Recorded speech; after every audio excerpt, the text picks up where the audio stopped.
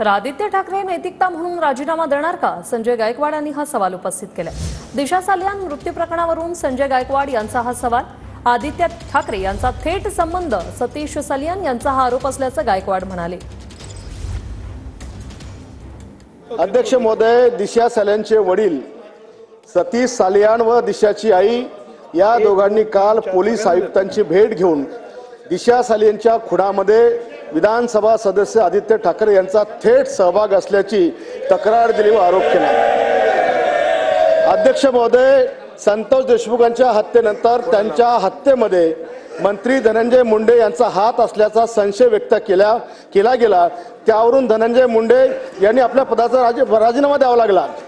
दिशाच्या हत्ये प्रकरणात तर तिच्या वडिलांनी आदित्य ठाकरेंचा थेट सहभाग असल्याचा हा दावा या ठिकाणी अध्यक्ष महोदय केला। नैतिकता म्हणून ते त्या ठिकाणी आपला राजीनामा देणार का किंवा आपण त्याच्यावर कारवाई करणार का, हा माझा पॉइंट ऑफ व्ह्यू प्रश्न अध्यक्ष महोदय। आता तो ज्याचा त्याच्या पक्षाचा प्रश्न आहे, सरकार म्हणून आम्ही काही त्या बाबतीतलं भाष्य करणार नाही।